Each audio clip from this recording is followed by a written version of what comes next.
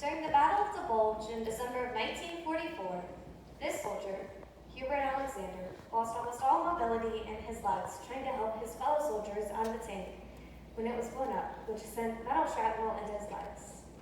He lived in almost constant pain and towards the end of his life essentially lived in a hospital room. But he never once stopped fighting for what he believed in or carrying strength in his day-to-day endeavors. This amazing, honorable man was my great-grandfather. As you can probably tell, I hold a lot of love and respect within me for this great man, which is something that everyone who got the pleasure of knowing him holds within them. This isn't surprising considering he came from what is known as the greatest generation. Those who fought not for fame or recognition, but simply because it was the right thing to do.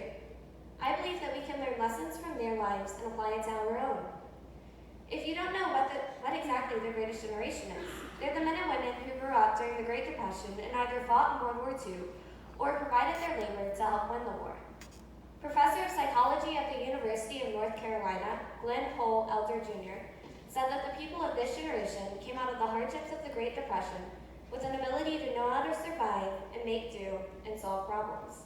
At this time, I'd like to tell you all another story. My granddaddy was constantly in and out of the hospital. Unfortunately for this 97-year-old man, or 26 as he liked to say, he had a slew of health problems, but he was constantly optimistic about his situation, even when the rest of us were not. Anytime he would be in the hospital in the last few years, we would get a phone call. Usually something along the lines of, the doctors don't know how much longer he has, but it's probably days. But every time he pulled through, using strength we didn't know he had left in him.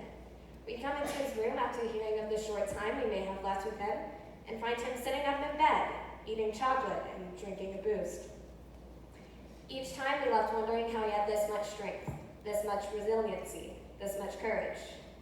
Those are the values, the lessons we can take into our lives from this great generation. It's those values that I encourage you to take into your own lives and ask yourself how you can be more like those of the greatest generation. Now, I'm not saying we need to think only of that generation, because our society as a whole has made steps in a more progressive direction. We've moved from the straight, white, Christian nuclear family to my generation, Generation Z, which currently has the most racially diverse population, according to a 2018 study by Pew Research Center, as well as more diversity in both sexuality and religion, as stated by Ipsos Mori and Barna Group. So what does this all mean? What am I even trying to leave you with in this talk? Well, at the beginning, I said, the greatest generation are those who fought not for fame or recognition, but simply because it was the right thing to do. And tell me who that sounds like to you. Us, the youth of America, fighting not literally for what we think is right, whether it be with protests, marches, walkouts. We take the fight into our own hands when no one else will, like with March for Our Lives, which was entirely student-led. So I want to leave you with this idea.